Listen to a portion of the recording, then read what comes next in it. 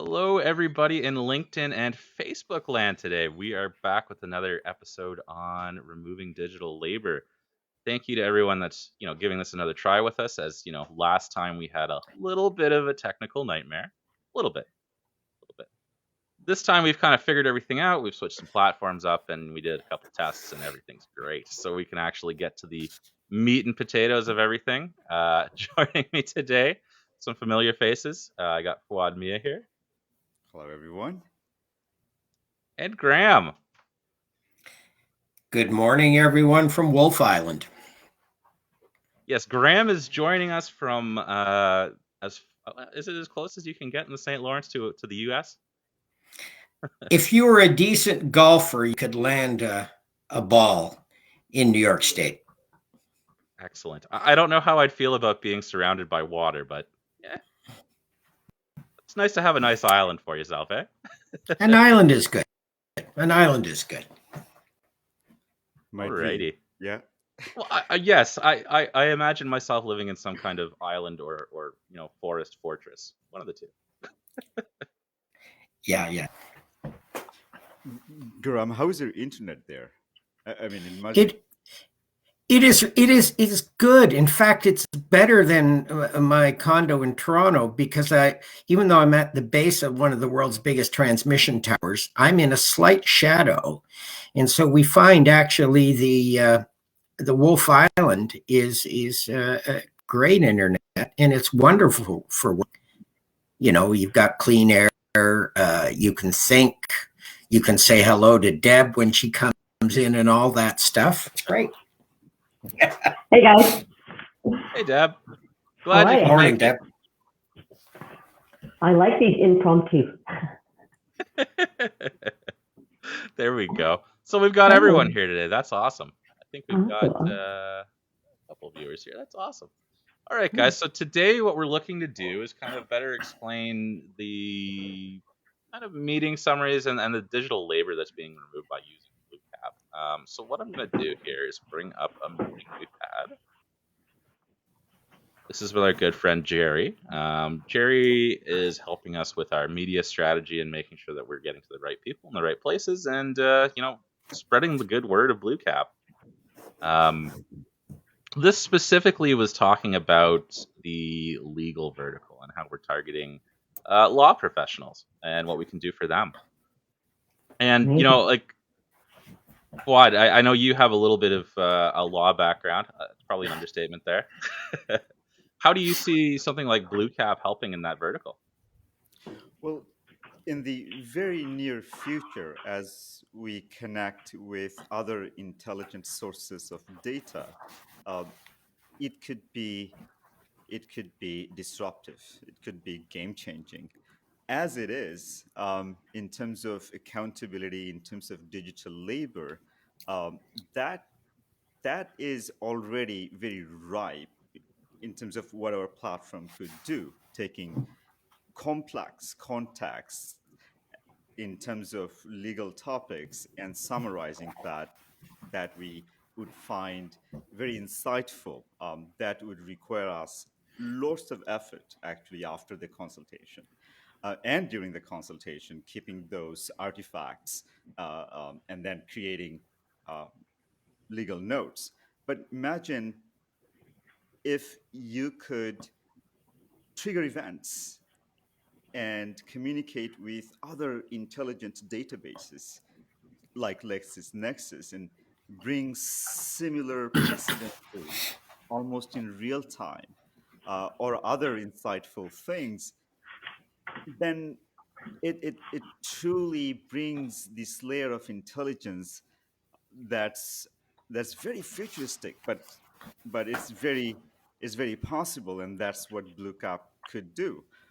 Right now, as you see from this conversation, uh, it's very unstructured how the conversation took place.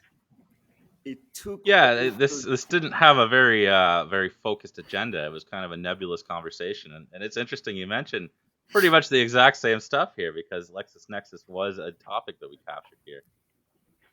Yeah, and conversations, natural conversations, that's exactly how they take place.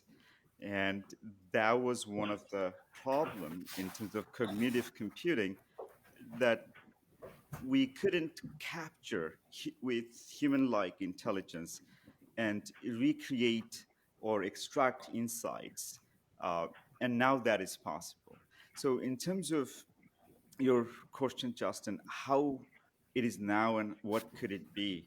Uh, it is really mind blowing that we don't have to almost do anything as we consult our clients. And then our executive assistant, which is the intelligent machine, uh, gives us all of the things that we need. That's a humongous, that's really a big gain. So Graham, Yeah, I think you were telling me. Yeah, go ahead. I'm thinking about the precedent database, which is really an excellent kind of an aside, whether you can be looking up things in real time as you're talking, and I think it's a wonderful way to accelerate productivity in the legal profession. And it's interesting. A colleague of mine is CFO of a major law firm in New York City, and they are staying hybrid, which is interesting, guys. In that, I would have thought they'd be coming. Yeah, I thought they'd be coming back, but no, they're going to be staying hybrid. So I think it was you that technologies was like telling this. me. You were telling me the other day that that is a profession that is highly resistant to the whole idea of remoteness at all. It was. I found that response from my colleague quite stunning. It's like, so they're actually lowering the amount of space they're taking in Manhattan, and the space is going to be more of a showroom. So where you come in, have some big meetings and so forth, but they're finding they're very effective for working remotely. I think they'd be more effective with technologies like this. Absolutely. Yeah. And can you imagine just being able to search past meetings with a particular client? Sorry? Justin, Garam, and Deborah, I think there's something wrong on our channel. Our audience is saying that it is saying waiting for broadcast. And I think it could be something to do with the linking, Justin, for destination, perhaps. Oh dear. Me go to the channel and see. We have. And I'm wondering, we might get lucky here, and it might play what we've already done. I hope so. We have Sheldon. You know, I think we're good, Fuad, because when I'm in it. No, it's live, sir. No, even it's for me. It says waiting for broadcast as I go to the event. Or you can see it yourself in the LinkedIn. Maybe it is live. Let me check in with Sheldon here. Yeah, Sheldon's our good friend, so you can say, Sheldon, what's happening here? Let me double check one thing here. Even for me, it's saying waiting for broadcast, and interesting, because I'm seeing it. Very interesting, right? Yes, very. Us type IT people with digital problems. One second. I know what happened, Fuad. We have created a parallel universe where we are the only ones here. Can we...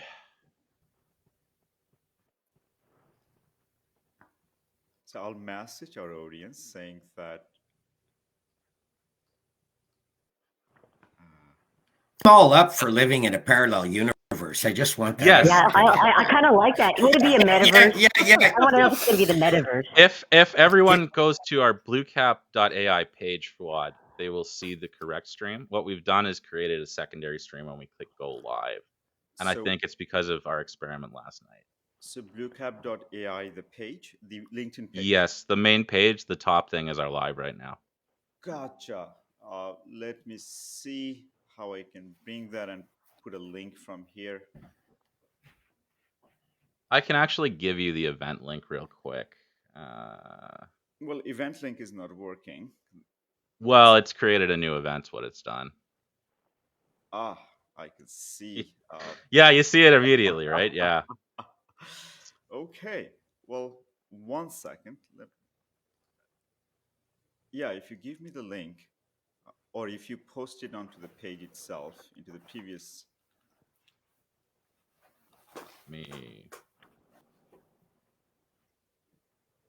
I'm sure by our third or fourth we'll be great at this. It's kind of it's a long story, but when you want to stream to other LinkedIn profiles, you have to unlink the profile that you originally had linked, which created this little parallel universe for us. Which we like.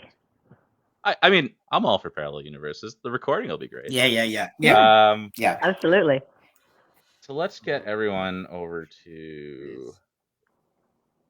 So should we should stay on this one and post the link. Yeah, I mean, I feel like we're just gonna make things worse if we start switching this up. So let me. While you're doing that, let's talk a little bit about the advantage of actually having an AI assistant in a legal meeting. Because I mean, I like that idea. You know, I've sat in front of lawyers before. I know what it's like, and I'm like, you know, and you have multiple meetings with lawyers, not just the one. You have like multiple meetings, and I am sure the advantage would be great to be able to search the meetings that you've had with a particular client or a lawyer, to go back and pick up a specific statement or idea. And I'm hearing myself. I think that is a great idea.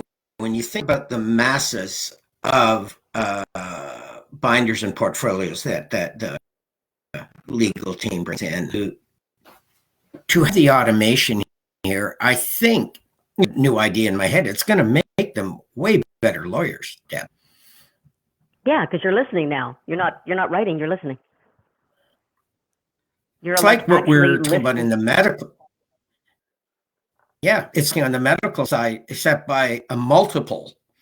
Because right now, I don't think lawyers are about telemetry and so forth, but the actual being able to listen and pull things up should be a magnificent advantage to them. Sheldon saying, "I am in now." Amazing. Woo-hoo. Perfect.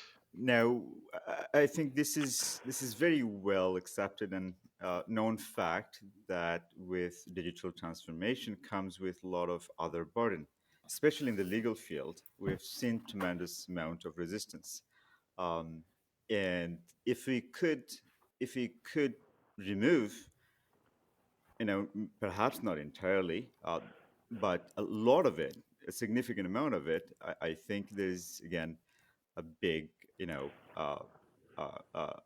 comfort in doing work. And as you were saying, Garam, the legal industry is also going hybrid from small to big. This should help. And in terms of telemetries, I think the legal industry has seen. I mean, they are very data driven. So when insights would be presented, delivered as needed, in the magical moment, that is, it would be hard not to consume, because it, as Deborah was saying, Yes. it would immediately augment your ability to become a better lawyer. Those inferences could actually help you make very timely, educated decisions. Absolutely. And that's why what I love talking about these verticals is there's so much overlap between each of them, because you can see how it applies for a lawyer, how it applies for an executive, how it applies for a frontline salesperson. I mean, it's really the same topics. It's I can be better at the conversation I'm having because it's assisting me in multiple ways, and it's just, I mean, that's the future, right? So from enriching data to enriching intelligence, if you are given relevant contextual insights, that's powerful. And knowledge Well, and you access think- at your fingertips. Go ahead, guys. Yeah, you think about the conversation we had yesterday, Justin, with colleague with a major cyber firm attached to a credit card agency. It was just stunning insights he brought forward in how it would reduce his workload. Like, it didn't take us more than 5 minutes of a conversation for him to see how he could focus on his, on the real issues and opportunities with his people, and not worry about the administrative burden. And what I love when I have these conversations is how quickly people are to volunteer, how useless their notebooks are. I love that we all take notes in notebooks, but everyone realizes, unless I have a major problem, I will never look at these again. Even if you do. Well, even if you had a I major love problem. this. I'm sorry. But even if you had a major problem, it would be finding which notebook, where in that notebook, and then when you finally find it, can you read your writing? Mm-hmm. But Justin, you made a very interesting point. I no longer use my notebook. By the way, I just had this for taking notes. It's a way I'm scribbling things down, and it's actually helping me focus. But I no longer go back to them. Absorbing function. But if I said, okay, what did Justin and I or my colleagues in Austin yesterday talk about? I don't go to my notes. I go to the summary and onto the transcript. So you're correct, but I still like that hand paper thing. But I no longer it's refer tactile, to it. right? You're right. It's kind of a focus, an attention focus, which I mean, that's why hand something stress to do. falls. It's why it's why people use notebooks. You know what it is? You just gave me the clue. It's a doodle now. It's no longer something that we need to focus. It's a doodle. I think we should capture the doodles. I think we should have like a scratch pad where we could actually scratch it. We can see all the doodles people are doing. Yeah. It's actually a pretty fun idea. It's like, or drawing, adding drawing diagrams. Look at the diagram I drew. So, getting back to the original kind of summary that we were looking at here with our call with Jerry, I mean, it's always fascinating to see, just how much detail it picks up, because we discussed, several different topics here. We discussed, publications we'd like to be in. We discussed the law vertical. We discussed our medical product. And, each of those things is captured in a way that makes sense in this, AI generated summary. And it's kind of written, like a person would write it in sense of, the way it's organized, the way it comes up. And it just honestly, it's better than I would do. Well, I mean, think about it. If you're trying to write a summary, I mean, how many other things do you have other than writing the summary going on? I mean, it's several things. Absolutely. This has a focus. It has a determination to get the specific task done and done right. And I think what's even more interesting is how it isolates these key takeaways. I mean, one of them was that we potentially may be focused or featured in an article for the Globe and Mail. So Fuad is to follow up with that. Jerry is going to follow up with some law firms to kind of discuss our ideas with them and see what they thought. The whole conversation was about the vertical for law, and things like that. So it has pulled out the important things to know about this conversation, which is something that we probably don't do ourselves. Because I know when I'm taking notes, I mean, it sounded important at the time, but was it important to the entire conversation? Is it actionable? Can I do things with it? Yeah, and if I could pile something up with that, is in conversations, naturally, you start with an idea, but that idea doesn't always take its primary shape in terms of actionable item. It progresses, and some ideas, from there you kind of drop them. Now, in terms of cognitive intelligence, understanding what remains as the actionable one and constructing that in human language is, again, quite disruptive, I think. And that kind of cognitive intelligence at scale really makes things, magical in terms of business automation. And I like to say that. Oh, go ahead, Graham.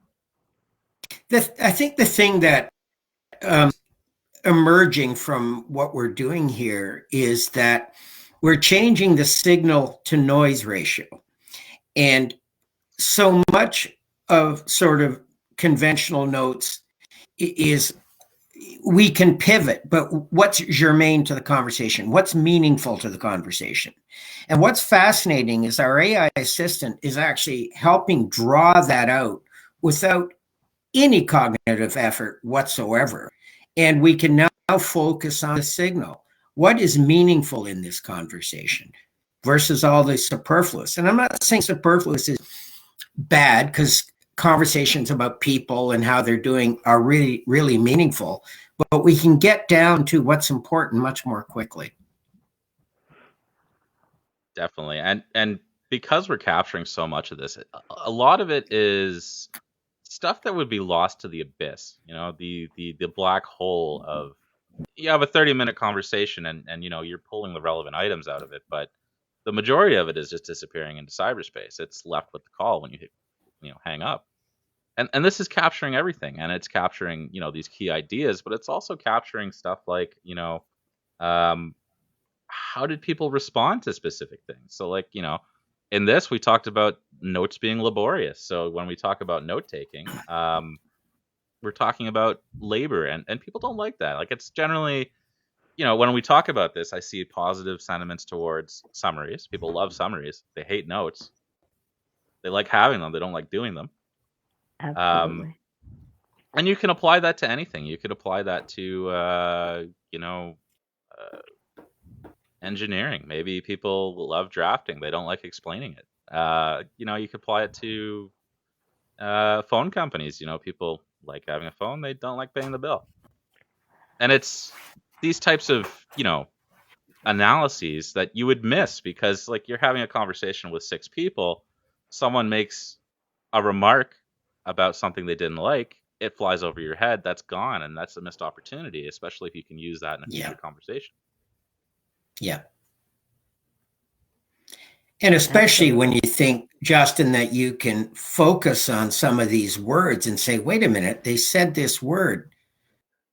Where else was that word said? Maybe, as Fawad said, there was a pivot or something meaningful got said, and you went, well, maybe that had been said a few times. And then you can get the AI to focus in. Where was that word said? What was the context? And maybe some brand new insights just emerge from something as simple as that. Exactly. And I've done that a couple times, and even this week. I mean, I had a tech support call where I wanted to figure out, just what the bug was. So I literally just I went back here. I found the negative sentiment towards one of the bugs, and I found it in the transcript, because when you click one of these, you end up in the relevant point of the video, and you can kind of review, what was happening during this time. Why did this conversation suddenly turn here? Yeah, I think that self-coaching. Sorry, Deb, you go ahead. No, I was just thinking how this could be applied. If you were having a meeting and you were discussing, say, your hospital, and you're talking about buying a major acquisition, you would be able to tell how people feel about that acquisition, specifically that product, by looking at the sentiment afterwards, without having to do a survey, or you could have people comment on it. But I mean, it's just the general conversation about how people feel about this acquisition of this new piece, which is important because in a hospital, an acquisition is a big deal. And that's where CRMs kind of fail too, when you think about it, because if you got the gist of that from a CRM, you don't know. I mean, the CRM doesn't care how someone felt about the deal. I mean, if you are a very diligent note taker or analytical person, you might have wrote that in the note. But I mean, I think 70% of employees don't even like filling out CRM fields. Which, might I add, Bluecap is populating your CRM for you as well. We'll get into that a little later. And in the bigger, context and picture, these metadata that are being tagged with dimensions like emotions and sentiment eventually will help data scientists or non-data scientists drive conclusions or indications and segmentations of customer base to touch with care and other specific marketing and communication initiatives that could drive very aggregated but big impact into how communication is conducted, uh, into what part or area of the organization one or organization needs to emphasize, to optimize. So the entire care element that could be derived, calculated from emotions and sentiment from all of these other telemetries that are being attached, uh, the the degree of insights that one will be able to visualize in a story like consumable data, that's powerful, right? Even, I mean, jumping from granular to bigger picture, that is. So for Hmm. example, I would like to see, if I am an HR company, my interviews with particular uh, positions, with particular topics, how people are reacting over time. And I would like to overlay that data with particular, specific other dimensions like my customers, their other cultural and other KPIs to really understand what are, the big things that correlate, that are that could be causations and so forth, to take bigger, much bigger decisions. So I just like where you're practically going with speaking. that, Fuad, in that, we've had several conversations with folks talking about getting the right people in the right seats for the work. And that is so difficult to do using conventional human logic because we fill in the blanks. We do a lot of assumptions. And I think one of the biggest insights for me is how much the folks on the recruiting side are seeing power in this to ascertain maybe talent that doesn't scream at you, but is hidden. But Blue helps these hidden gems emerge and realize that's the individual we want in this position. I think that's astounding. And I think it kind of goes back into what we were talking about yesterday. We had a conversation about culture last night on Fuad's personal page. Get out, everyone. Um, and it kind of it was about one part of it was about challenging preconceived notions, and last night's topic was preconceived notions about who fits into culture. But I mean, this goes right back into that. Who is my ideal candidate? Do I really know? Is that being challenged by the data being recorded? And I think it absolutely is. Well, one I of the like that. things that I thought was exciting for us is when we dealt with that recruiter for the military and trying to bring in, especially kids from disadvantaged communities, helping them get a really superb education, whether it's technical or where have you. And he said the problem is the people are doing the recruiting reluctantly and they miss the interest of some of these kids. And what we've been discussing with them is we can spring conversations with, say, a room full of kids with different topics. It could be, learn how to cook really well. I want to become a pilot, whatever that is. And we can actually see the sentiments of the kids on these different topics and then focus the follow up interviews more specifically. Absolutely. Absolutely.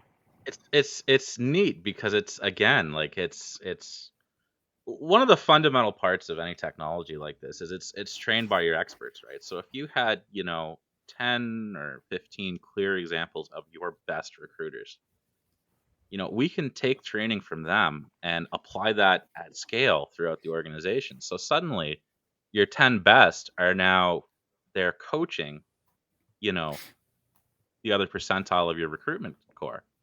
And that applies to a lot of things that we're seeing in here. And that's the crux of our medical product, which we'll get to in another day. But I mean, we're taking experts here.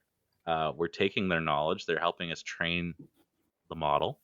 And that gets applied across the board. Absolutely.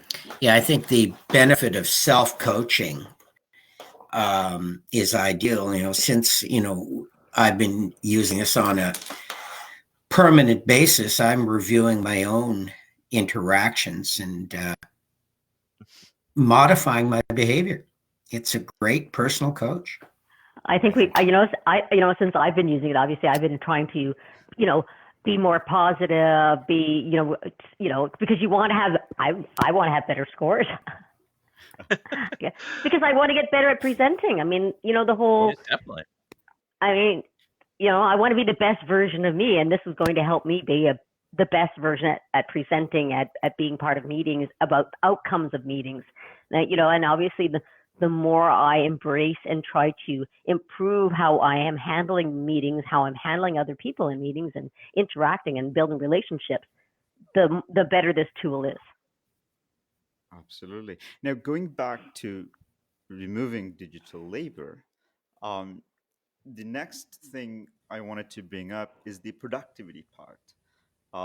If we could remove obstacles, again, bring things that are contextually relevant in terms of actions from this cognitive intelligence, that would be another step forward, or removing so many things in between. So, for example, if we want to take an action from those key action items, typically we'll have to copy paste it and go to another tab, open our CRM, find the right place, create a task, attach the right people, attach the right account, and all of these things. To facilitate that, accelerate the process of doing those kind of necessary things that you'd be doing, we have placed those actions right exactly where they're relevant. So they're not necessarily universally, the same static recommendation you'll see. There would be actually different actions for different entities. From key takeaways to, for example, event, we consider that as a probability of meeting-like action. As you hover on it, you would see that you would have ability to create a meeting. Or if you see that there's a price, there's a context of opportunity of a deal, you'd be able to create a deal right from this interface. And again, that removes those, those all these other things that we'll have to do in between. If you had those abilities converged in one place and they are actually dynamic based on the intelligence given to you, the next action becomes much easier to take, and therefore your 100%. productivity is augmented. There's always that moment of terror about a week or even 2 weeks if you're really not on the ball of, did I do everything I was supposed to after that meeting? And I'm gonna admit, in my career I have run into this as a monthly or weekly event. And it's just because when you're done the meeting, especially when you have other deadlines or a meeting coming up, that's not your first thought. I'm not going to add this to my board. I'm not going to go into Jira and add a a task. That's end of day stuff. And do you ever get to it? 50-50. And we also are thinking embedding in the intelligence that we deliver into your own preferred Yeah. platforms, softwares, be that your own communication systems such as RingCentral, Salesforce, or Zoho. Currently, we just have completed our integration with Zoho, and what you can take from our application to Zoho gives you so much more in terms of relationship context immediately as you visit the profile, Mm-hmm. because it brings the emotional and sentiment intelligence right into the contact view. So imagine if someone calls and you have Zoho that opens up automatically, now you'd be able to visualize how was it in terms of your previous interactions, um, again in regards to sentiment and in regards to uh, what is the conclusion of conversation, again in terms of sentiment, not necessarily the recipient of the call reporting how the call was. um, and we have also embedded that into our own application so that you can get started right away should you not have that kind of implementation involved in your application. Now, Justin, I think we should be able to visualize that going to our CRM within our application. Yeah, sure. I mean, Zoho for sure, but within Bluecap, I think we have a CRM tab. Yeah, I'm gonna pick on you because it's the most filled out. Okay. sure. Let's see what Fuad and I talk about.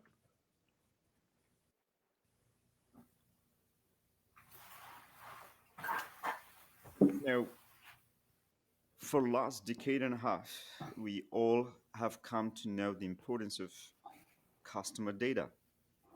We have come to know how powerful customer data is in terms of personalizing interactions. But we have also experienced the challenges required to deliver qualitative insights from CRM, which requires disciplined uh, culture to have uh, the time and the habit that's required after every interactions to have qualitative notes ingested into the CRM, which eventually becomes over time uh, very powerful data. Now, here, what we have done at Bluecap, as conversations happen which are centric to relationships, people explicitly disclose everything that they want, that they like. And if we could extract these insights and visualize them into consumable stories that you can rapidly take context of, then we can really be more relevant to our customers immediately. So time to delivering that relevancy is augmented now. And Justin, if you want to show especially a couple of graphs on top, how they're visualized in stories without any digital labor. I guess I'll give away who keeps us up at night. Yeah, so I mean, just to quickly go over it, I mean, this is our overall view of. Let's pretend Fuad wasn't, co-founder of the company. He was, a prospect or existing customer, and I can see at a glance, how engaged he's been with me in the last 7 days. A disengaged potential client is one that's probably not going to buy from you. And I could see the flow of the conversation. So, on the previous meeting screen, we saw, a kind of statistical average of, how his response to me was. But here I can see the ebb and flow of the conversation, and it scales to the time. So you'll see more entries in some than others. But, I could see a couple of days here, me and Fuad ended on a bit of a sour note. But, it's because I'm a sourpuss some days. But for the most part, Fuad's walking away from our conversations with a positive sentiment. So that's, a good sign. And the story here is, Fuad is, generally receptive to the things I'm telling him. So if I'm working on a big project with Fuad or I'm trying to woo him into my business, then, this is a good sign here. And then I can kind of take a look at the things. Go ahead. Yeah. Justin, I was on a call helping a colleague who was pitching to a very large firm in the States, didn't have Bluecap because he just didn't want to have it. And I could see from the conversation, but it was my opinion that the message, specific message, was not landing. But it was my opinion. No, I think I'm going to be right, but that and $1.25, at least to get you with Tim Hortons. But I'd wished, and I told him afterwards, bring Bluecap into these meetings because I think your message is not landing. And that is worth a fortune. Absolutely. I think Absolutely. Fuad, one of the favorite things you taught me was fail faster, which is right up that alley. Because if I'm hitting home the same message every day and it's not landing, and I for some reason don't catch that, probably because I'm so obsessed with doing my pitch, that's over my head. That's information I don't have, and this is the sober second thought to tell you, it's not really working out for you. It's so quantifiable though. Like you can actually see whether or not it's working or not working. Like it's just right there. There's no gray area. It's working, it's not working. Yeah, exactly. And this takes your gut feeling and puts numbers to it, like you said, makes it quantifiable. I like that. It's just like Graham was saying, where the guy doesn't actually know that it's your gut feeling that you're not hitting and landing, but it's a gut feeling where if you have Bluecap, it's quantifiable. You can see it's not working. Precisely. I love it. And like we can break that down further from just, that was the flow of the conversation, but now we can get into the specific things we've talked about. And, Fuad has a large background in marketing, so we talk about it very factually. We talk about summaries a lot because, that's part of the software. And then we really rag on notes. So like if I was looking at this and Fuad wasn't co-founder again, I would say, you know what? Notes is not a good subject for him. If I have a solution, yeah. If I have a solution to that, then it's an opportunity. If that is my entire product, let's focus on the summaries. Absolutely, that's fun. I mean, in the bigger context, this is crazy. You're being able to quantify whatever you want to quantify. And not just quantify in terms of triggering how many times I discussed about it, the count. It's emotions we are talking about at scale. That's and that's the part that most CRMs miss, I think. I mean, there's no way to quantify that emotion unless you have like a really apt individual saying, he really hated the part about the notes. And that's what Bluecap is. It's that really apt individual that's, sitting there and telling you, like, this is what I observed. And, and unless, without Bluecap, unless the actual person says to you, I really don't like taking notes, can you quantify it? Where this is quantifiable. I felt like he really didn't like the notes. Notes, yes. Yes. Absolutely. I love it. Well, guys, what is... go ahead, Deb. I just, I think this is changing the way we do business, the way we do meetings, the way we engage with our project managers. This is going to save a lot of work, a lot of effort, but it's also going to give us real data, real information. How is the project going? Well, the project's going well, but I can tell my project manager's not happy. Something's wrong. Let's find out what. So much information is being gathered, and you just have to look at it and say, what does this mean to me? What can I do with it? Exactly.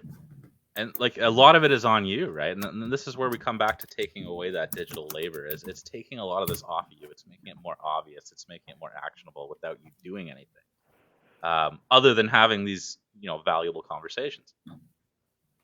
Now, Fuad, was there anything else we wanted to cover? Because we're kind of coming up on the 45-minute mark, getting a little long in the tooth. You're absolutely right. But if I could take 5 more minutes, just taking the opportunity to show some real examples. I think they'd love that. Some real examples that right now you can leverage to augment your day. So one thing we're talking about the Zoho CRM, for example, that you can augment your own customer data platform with our integration. This is one of the conversations that we had with Jerry. And right inside our CRM, as you can see that our conversation overall sentiment, what did we talk about? and all of the other things. And it's not just one meeting. We had multiple meetings with him, and we can see all of these meeting summaries and everything that we talked about in one single place, I love it. baked into all of the other data that we could have in our own customer data platform. Now, one thing that I didn't show that would probably resonate with you right away is my key action items, summary, and all of those things I could be ingesting right here as I come here. And imagine if Jerry was calling me, it would take me literally seconds to go back and see what happened. The other thing, So, are you saying that our users don't have to abandon their existing CRM workflows that they've worked so very hard on? absolutely not. And look, when you have your CRM properly implemented, you have so much capabilities. You probably have a lot of actions that are triggering based on field updates, these and that. But but imagine if you could bring the capabilities of Bluecap into your own CRM, and now you can actually automate actions based on whether Jerry was delighted or not. So this is a field, and now you can actually put a logic in your CRM that when my meeting average or meeting sentiment, my customer is delighted, send them this version of the email with some chocolates, right? Chocolate? I like chocolate. Yeah, I'll take chocolate. Right, or That'll vice seal the versa. deal every time. Right, or vice versa. But the idea is that now you can bring this intelligence into your platform and use this intelligence to trigger intelligent actions, Very cool. personalization. Absolutely. Um, Now let's look at Jerry's going to have an operation, and you know that, so you're going to send him a teddy bear or something. Like I like that. I mean, Yeah. I mean, I've done it with my customers. I've actually sent them like little teddy bears with, because I knew they were having an operation, so like a splint on the leg or whatever. But it's really just connections. I love it. I think it just gives you one more opportunity to have a relationship with your clients, with your internal staff, or whoever it is. well, one fundamental core that we work with, the philosophy that is the interoperability. Where we are heading right now as the technology industry, the secret comes in the ability of being able to give and take using APIs or technologies that allows you to bridge. So this entire interoperability and being able to collaborate intelligence securely among vendors, among apps to apps, uh, bringing narrow intelligences together to comprehensively construct a human-like platform or a solution. That's really the key to businesses now. What we are, what I'm going to show you again is part of digital labor.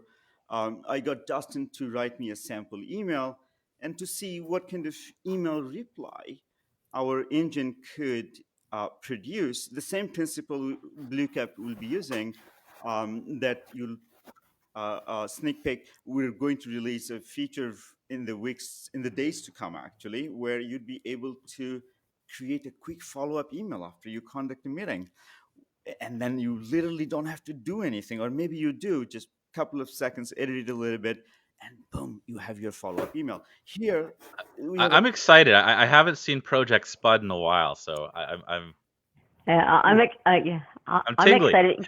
Yeah, I'm excited because. I'll see Sorry. what it says. Our machine is more clever these days to write short emails, but right onto the, oh, let's take a look. I'm very sorry for the delay in getting back to you. I'm currently in the midst of a very busy week. I'm not sure when I'll be able to get back to you. Apologize for that. I've seen this email before. Have you been using this? Yes. Let's take a look.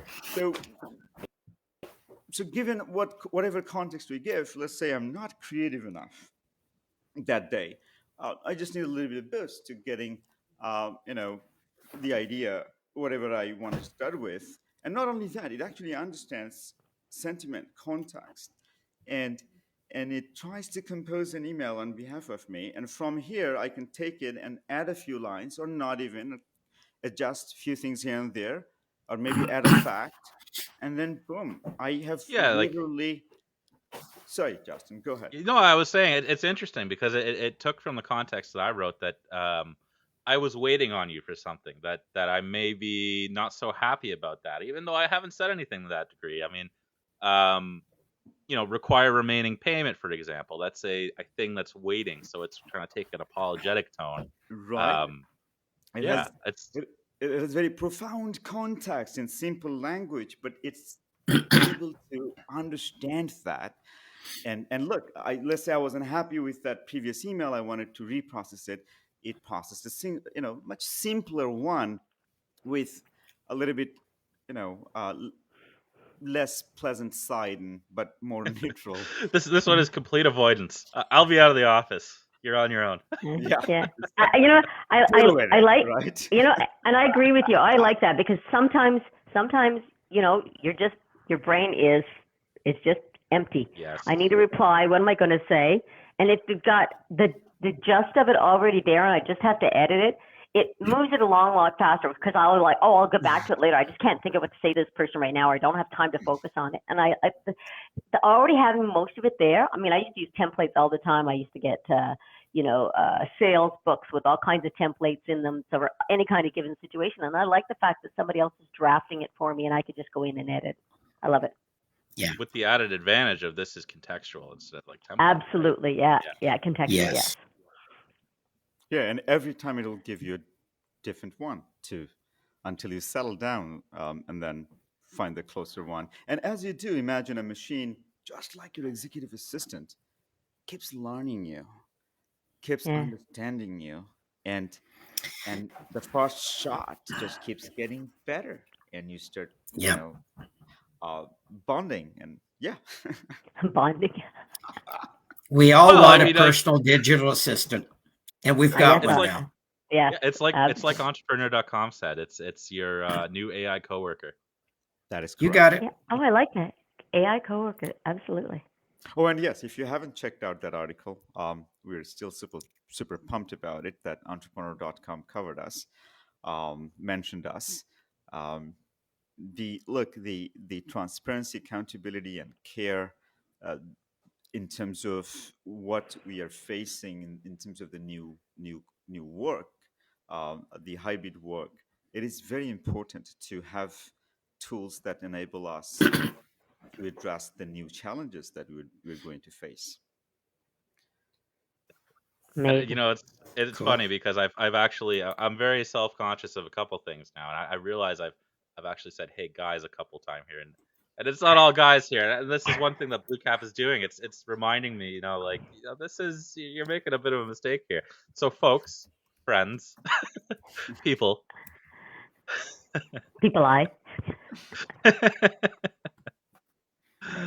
Awesome. Well, I think we're really running out of time. Definitely. We could talk for days, literally. Now, we would be doing this on a very more frequently, regular basis. We are coming up with what is the frequency that we'll do. We'll keep you posted.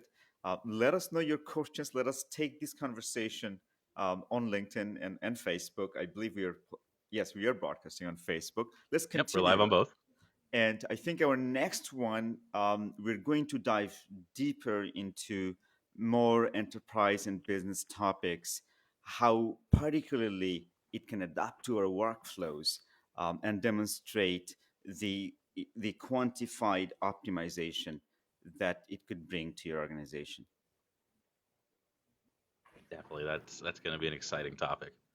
All right, everybody. We were very happy that you were all here to witness this momentous, full of audio, hear everyone occasion. Tune in next time. Bye. Thank you. Bye, guys. Bye, everyone.